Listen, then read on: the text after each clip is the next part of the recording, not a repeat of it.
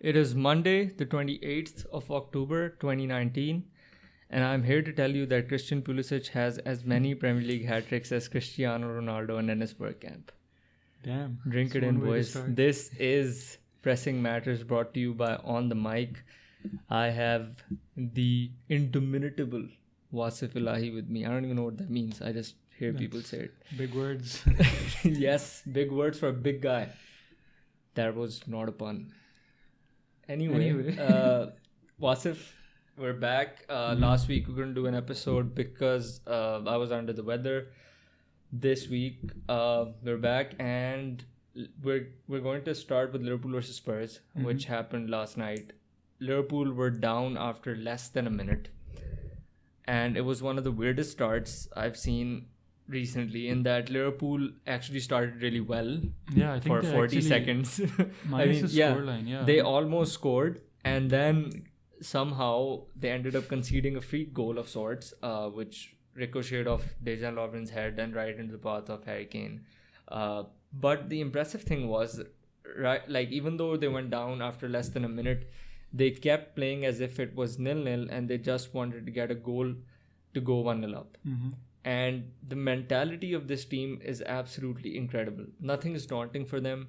They never panic. They just keep at it. They keep knocking at the door time and again until the opposition gives way. And Klopp mentioned how ballsy and amazing the performance was, because the players knew they had to be right on it, because if they lost the ball in the build-up, that would just mean that Spurs would counter with the pace and the quality that they had. And that would probably result in 2-0 and probably game over. Who knew? But they absolutely dominated and penned Spurs back. And if it wasn't for the goalkeeper, I think Liverpool would have gone in. I think Gazzaniga had a great game. His performance, he stopped Trent's shot. That was a great shot. That was like Gerrard-esque, by the way. He stopped that. He stopped Virgil's header. I could not understand how he did that. That was a great save. Firmino's shot he also saved, I think. So he had a great game. Spurs generally, I think, minus the scoreline, I think that they looked like they were more hungry in this game. We've talked in the past about how their body language has been different as of late. Poch, seems angry, frustrated. And even though they lost, I feel like that in those departments they were still, it looked like that they were up for the fight. They were pressing well too at the start. I would have to disagree with that for a bit. I think that was the most un-Pochettino performance I've seen from a Pochettino side at Anfield since he's been in England. So he's managed Southampton, he's managed Spurs. A Pochettino team has always come to Anfield and been on the front foot. A Pochettino team generally has always been on the front foot. The way that they sat deep so quickly, after literally a minute, they just dropped 15 yards deeper. Yeah, I feel like even they were shocked after they got the goal. Like they just, really just wanted to hang on to that. That's actually a good point. I think we can draw a parallel with how this game was similar to the Champions League final, but for opposite teams. So Klopp mentioned this after the Champions League final win, in which Liverpool didn't play well at all. And he said one of the reasons was that we had a game plan and we did not expect to go 1-0 up after like 1 or 2 minutes. And then the game plan completely went out the window, because you're 1-0 up in a Champions League final. Your instinct is to drop a bit deep, defend, and then, and the way that he set his team up, they were second guessing that, and they were like, boss, what do we do now? We're like 1-0 up already.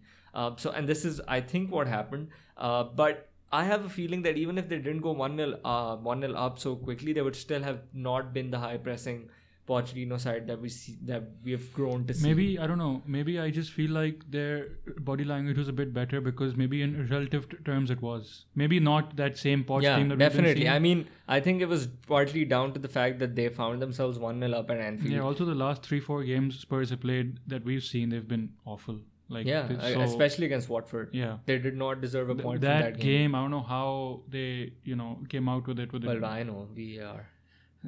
That's going to be like a much longer segment of On The Mic. But one of the things that I noticed was that Spurs tried to copy Man United's template. So what Man United did was cover Liverpool's fullbacks really well. They used their wing backs to cover Liverpool's full backs. So Aaron Wan-Bissaka on one side, Ashley Young I think on the other. And what that did was since there was no Mo Salah in that game and Liverpool's front three weren't as fluid without him, our basic attacking quality at Old Trafford was based on the fullbacks. And since Man United were always covering them, always on them, they just couldn't get in the game. Spurs tried to do that, but they used Son and Eriksen. Son did great against Trent, but Eriksen continued to struggle against Robertson. And all the chances we made I actually found it strange that he played him on the wide, in the wider role, Eriksen. Because that's not really where he plays. Yeah, Eriksen is used to drifting player. Inside and then, dictating play. And you could tell throughout the game, he did not enjoy it one bit. He was not enjoying any sort of defensive. It was a strange decision, to be honest, to play him that wide. That's true. I mean, he could have played Sissoko there. He's done it before. If he wanted someone to keep a check on Robertson, if that was the game plan, then Sissoko was the perfect man to help Aurier on that right side, have Ndombele in the middle. And Ndombele was their best player when he came on. He played well. But then again, that could also be down to the fact... He played wings instead of Ndombele, right? So, I don't rate him at all. I don't understand why. I think Harry Winks is a good player. But away to the top six, I think it's the Jorginho issue. Some people say he's too slow, he can't defend, people run past him. But he offers something in possession. But I think against Liverpool, it would have been better to play someone like Ndombele. I agree. But I think the reason that he played Eriksen out wide was because he probably didn't expect to go 1-0 up so quickly. He didn't think that would be the sort of game that they were going to play. I have a question. Do you think that maybe he, tried like something completely different, and after the goal he just wanted to hit Liverpool on the counter, sit back, wait for them to that's exactly what he was trying to do, but that's not a very Poch-like thing to do. Exactly. So that's a good segue. This symbolizes everything that's wrong with Spurs. When a manager starts second guessing himself and his principles, that's a big no-no. You saw that, and it doesn't have to be someone with the philosophy of possession football like Guardiola or someone like that, although we have examples of that. So for example, Maurizio Sarri, you knew the end was near when Maurizio Sarri started sitting deep and all that. Not because, and Chelsea fans will tell me that one of his problems was that he was inflexible, and I agree, he was not flexible at all. But when he stuck with those things for so long, and then he just simply gave way because of pressure to revert to going deep and, going against his principles, I think that was the end for him, for someone who sticks to his principles so clearly. And that's the same for Pochettino. I don't know what is happening at Spurs. Eriksen and a couple of other players whose contracts are running down, whose contracts are over by the end of the season, they just don't want to be there. It's a Dele shit show for Alli, Spurs. Dele Alli has been off pace since, I think, even before the World Cup. But here's my thing. Do you think that Poch has gotten all the tools he needs from Levy? Generally, you mean over the last 5 years? Yeah, I mean, I don't. No, absolutely not. I think the reason that. So that's why I think that he's just sick of it now. Like he's been saying for a while that he needs. He's definitely been saying it. I mean, there's only so much he can. Exactly. withstand. I'm not blaming Pochettino. I'm just saying that if I'm going to make you go back a couple of seasons, do you remember the 4-1 at Wembley? You can't forget it. Yeah, Dejan Lovren with the masterclass. Yes. My God. At that point, Spurs were a better team than Liverpool. At that point. And for the last couple of seasons, they were better. They had finished above Liverpool they were far better. Okay, Pochettino's Spurs were at their peak at the time. And then what Liverpool did was get till January, buy Virgil van Dijk, get to the summer, buy Alisson, buy Fabinho, boom, go on. What did Spurs do?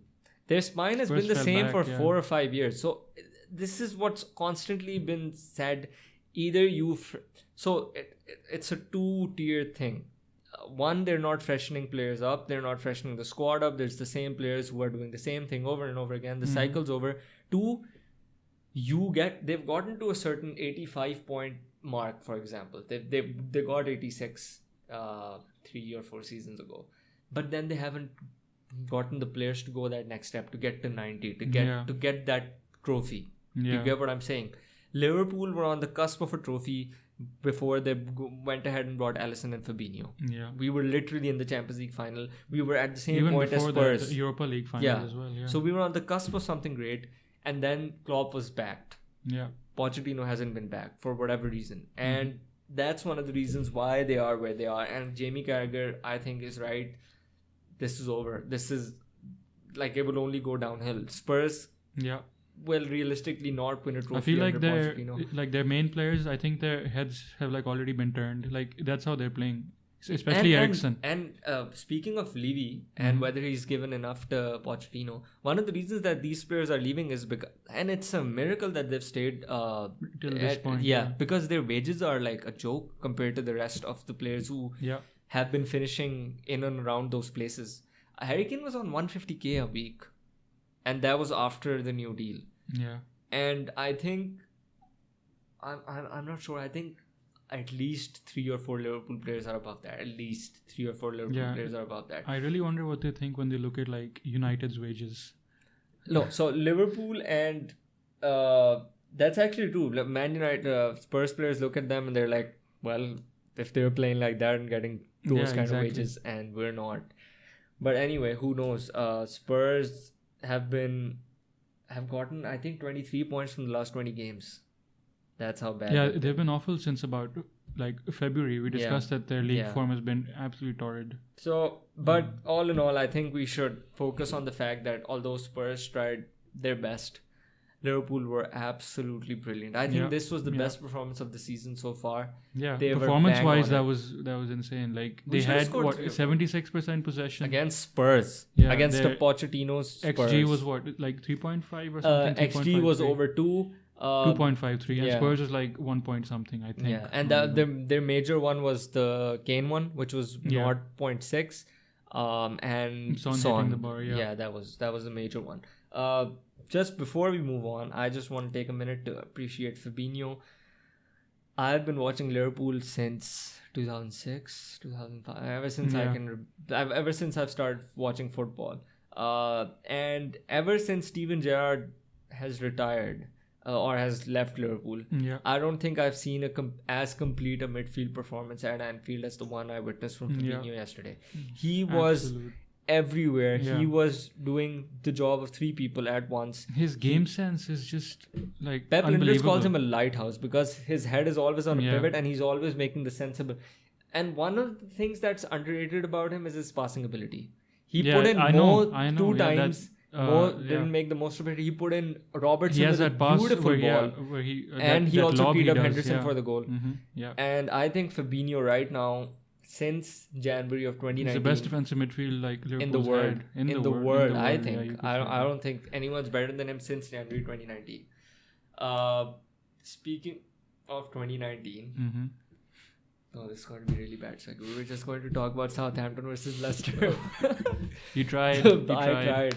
The biggest away win in English top flight history. My God, in English top flight history. That's 131 years. Yeah. The joint biggest win in Premier League history. And one for the kids. Leicester created a goal scoring chance after every 6.5 minutes. Hey Jude by the Beatles is 7 minutes long. And they had an XG of 4.5, which means they outperformed their chances, but they still dominated. They still should have won easily. Yeah. And you watched the game back. Watched the game back. What do you think of Leicester? Genuine top 4. I sat here and said I think they're going to make top 4. You think they're going to make top 4? Even I said that they're going to make top 4. My prediction at the start of the season was after Liverpool and City, it's Chelsea and Leicester. So, I mean that's on course so far. But Leicester. Man, I think they're just playing with so much freedom, and like it helps if you're playing just one game a week. That's true. Compared to like the people you're up against who are supposedly the top 6. Yeah, and they're taking full advantage of the fact that United are completely out of sorts, Arsenal's out of sorts. So like I think that they should reach 4th pretty comfortably, or if not 3rd. Like you don't know how Chelsea's going to. And this is always a caveat in football. Also, if it's injuries also- are yeah. kind to them, Mhm. I think they will definitely make top 4. Also, their squad, like they have that core of Vardy, Madison, Barnes, and Tielemans. And That you have and Chilwell. Soyuncu, Like you have all these. and Yeah. Kasper Schmeichel But these as well. 4-5 they are named in particular. They're so young. They're like 22, I think. 20, Yeah, 21. they're all young except Jamie Vardy. Yeah, except Vardy. Sorry. Yeah. Um. Then look at their full. A wise man once said, "A team is only as good as its fullbacks." Mhm. And after Liverpool, I think the best Yeah, attacking fullback pairing is easily Leicester. is Yeah. easily Leicester. I don't think anyone gets close. City have a lot of injury problems City because have Mendy's problems. never there. Yeah. And yeah, he's never there. I mean, so Yeah. apart from that, I think after Liverpool, Chilwell and Pereira are the ones that are the best ones. And Brendan Rodgers has managed to strike a balance, and it's great. And I think if they survive with the squad, and if injuries, whatever happens to the injury list during the winter period, Mhm. where you have like a lot of fixtures coming in, especially the Boxing Day, New Year's fixture, which is like 2 days, Yeah. a 2-day gap, which is weird. Yeah. I read somewhere that Man City are going to kick off 70 hours, or I think even less. I think 50 hours after their match on Boxing Day. So they're only going to have That's- 50 hours of rest. That's ridiculous. Yeah. Yeah, and if I was Pep, I would obviously be fuming like he is. One of the things that we said right now was that the other clubs are in disarray who should normally get top 4. Yeah. Arsenal, Man. what do we say about them? It's really weird, We like- don't really have to talk about them specifically because I think that neither of us really watch Arsenal that much. Yeah. But what we did definitely see was the Xhaka Yeah. incident. What's your take on that? It's a very polarized thing. I I've seen always a lot thought of that takes. him being captain in the first place was a strange Wait, decision. just before, Yeah. for everyone, for those who haven't seen this, basically Granit Xhaka, the Arsenal captain, he's the Yeah. captain. It was hard for me to believe. Yeah. The Granit Xhaka, the Arsenal captain, they were drawing 2-2 to Crystal Palace. He was taken off. Now they were at home at the Emirates. The crowd wanted some energy, wanted some impetus, and wanted some urgency. Granit Xhaka, firstly, didn't like being taken off, and Yeah. he was very sluggish in the way he was going off. Yeah. He was almost dejected, didn't want to go off. The fans wanted him to do it quickly. They Yeah. started booing him. They He started also jeering threw him. his he threw his armband at Yeah. Aubameyang. I He think. threw his armband and Aubameyang. He went. The fans started booing and jeering him. 60,000 people. He started reacting He started back. to react. back He to was them. like, "Can I hear it louder, please?" or something. I don't know what that was, but basically he didn't help his case. He went off, took his shirt off, threw it in the ground, went straight into the tunnel, and that was that. And I don't now, think he threw what the do you shirt, think? but yeah. He did. I Throw mean, the it- shirt. no, I mean, he But like, had he, dropped it. I feel like had he thrown the shirt, I feel like He that would dropped be it. the He end. did No, drop no, it. he like had in his hand and he walked in. really, Yeah, because people were saying had he thrown the shirt, that would be the end right there. really. Like that would. Because I Honest- think the camera angle or something, the shirt Maybe, just I don't know. disappeared. I don't know. But like, had he thrown it before, like on the pitch, then I feel like that's it. What do you think? Man, I feel like him being a captain in the first place was a strange decision. I feel like it should have been Socrates. No, man. No. I don't know. I feel like he'd be more No, of that a guy leader. is. I don't know. That guy has an IQ less than the amount of goals that Leicester scored. On a scale of like Moreno to like On a scale of Moreno to Aurier, he is. Moreno to Aurier is same. Yeah, like- he is there. He is in between. Okay, maybe not I mean, like I don't watch Arsenal that much, so like I don't know. But like I don't like I feel like Xhaka is too like like he's not that mature, as we saw just now. Yeah, he doesn't. Like a have, captain, okay, it's wrong on the fans to boo him off, but his reaction can't be that regardless. He's captain of Arsenal Football Club. You can't react by throwing the armband. I will have to play devil's advocate. Actually, I do disagree with you anyway. I think obviously what he did was wrong, but it was justified in the sense that if football fans, I think it's weird that football fans continue to abuse you, continue to abuse your pregnant wife, continue to Okay, boo I you. didn't know about that one. Yeah, Second one, I didn't know. that's fair game. But if a player so much as does this, then that's not fair game apparently. If you can't receive it back, then don't dish it. So I think he was justified on a totally human level. Man, I maybe think- okay, maybe Okay, the caveat Yeah. is he's not good enough. Mm-hmm. I would never boo a Liverpool player, Mm. and the only time I remember Liverpool booing a player was Paul Konchesky, That's fine. and that is absolutely fine completely because fine. and that by the way is not because Paul Konchesky was horrible. I think it was because his mom said something about Liverpool fans that they're not. His Their mom yeah said yeah she actually intervened and said that they don't like my kid or something. I don't know, it was so weird. The bad time to be a Liverpool fan that happened. Yeah. And then they booed him and he was having the worst game of his life, and that's saying something.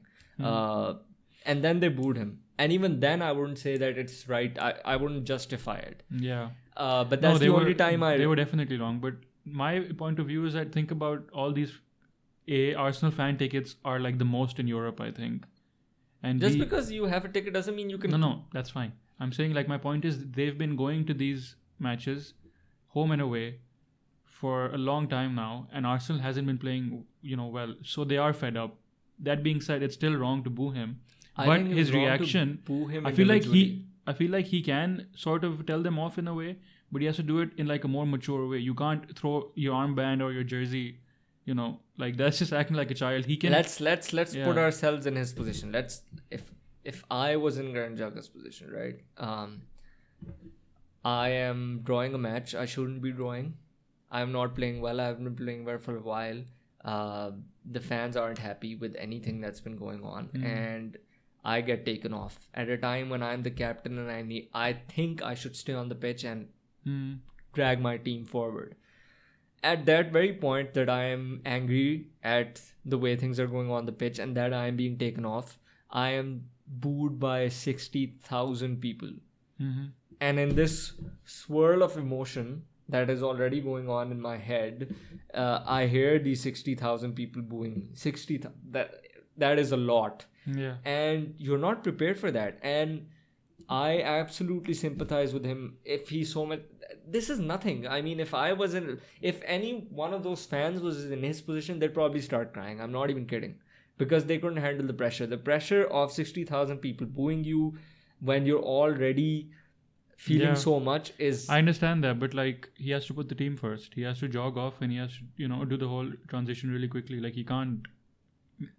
I mean, they're not like robots. A bigger drama. They're not robots. They're not, and like it's harsh me saying this, but I like, think I feel like fans shouldn't have targeted him individually. I mean, there's no time. There's a time and place. I feel like it wouldn't be that big a deal had he come off quickly, and and this whole thing wouldn't have happened. I feel like it wouldn't be as the same kind of talking point, and like the pressure would have been less. In fact, he's put like more pressure on himself by doing this. No, but didn't they start booing him? Weren't they planning on booing him anyway? No, I know that they were booing him, but his reaction and like everything has made the thing more, But why were they booing him? He's the captain of their football club. Okay, you don't like him. Yeah. And you don't like the way the team is going. You don't like Emery. Wait till the final whistle if you want to show your. Yeah, it is wrong. I agree with that. You want to win a match, and what is the message that you're sending on to the pitch? Yeah, I agree with that. To everyone else on the pitch, including Crystal Palace fans, players, Arsenal players who are already on the pitch, that our fans are booing our club captain. And they're there to try and get a goal. Yeah. How would that doesn't make sense for me. I don't think that works. I feel like they were in the wrong, but I feel like... Do you think they'll remove him off his captaincy now? I don't know, because in the post-match thing, Emery said that what he did was wrong and that he will talk to him, behind the scenes. Where they remove him, it's a tough one. I don't think that they'll remove him right away, but... I think there's a big problem at Arsenal, and it doesn't matter who's captain. Let me ask you this: if they remove him, who do they make captain? Like, I'm thinking, I think someone like Bellerin would do well. Bellerin really? Gets the club, but he's that sort of the sort of guy that Roy Keane wants to murder, probably. The guy exactly, yeah. The guy. I don't think it. I mean, there's no one in the team right now. People like Torreira or someone. Yeah, this has been Arsenal's problem for like a decade now. They don't have any. He doesn't play Ozil, or you could make him. I mean, they had Koscielny, but like he was out half the time. Yeah, but then he decided to go on strike. Anyway, what was I gonna say? I was gonna say that the club is in disarray because did you see that Instagram post of Bellerin? Troops. Do you know who Troops is, right? AFTV. I saw Troops' post-match thing, but I didn't see his. This is how messed up the club is. This is how messed up it is.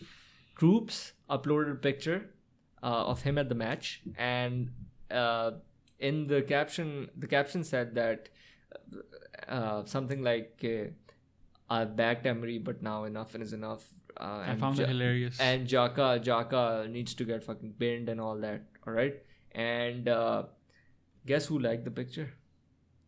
Alexander Lacazette. So things are definitely cooking up. That's weird. Also, speaking of Troops, I just found the reason that I found it so funny was because in his literally in the last AFTV episode, like I'm not even kidding, like not like 10 episodes ago. I thought it was gone. It's brilliant. Is it still brilliant? I thought it was absolutely brilliant. Wenger's gone, AFTV's gone, but they've apparently managed to like DT and Troops are still like amazing. What about that guy Claude? He Claude probably is the as, most like, hopeless delusional guy as it gets. But no, the most delusional guy is that what's his name? The guy with the headphones on, man. What's his name? Ty. Oh my god. The guy used to fight kids over Arsenal. I've seen videos. He started fighting kids. Okay, no, but Troops literally last game, it's me, like I'm not even kidding. Last game he said, I totally back Emery. This game, he's like Emery out. And like even Robbie said, but like, you know, in your last interview, you said Emery. He's like, yeah, I backed him, but like now, what the hell changed in like 6 days since the like Europa League match? Another draw at home, I guess. Like, anyway, on that bombshell, I can't believe I did that. Do you watch Top Gear? I used to, yes. Anyway, that's been Pressing Matters for this week. Thank you for listening. Until next time, Allah Hafiz.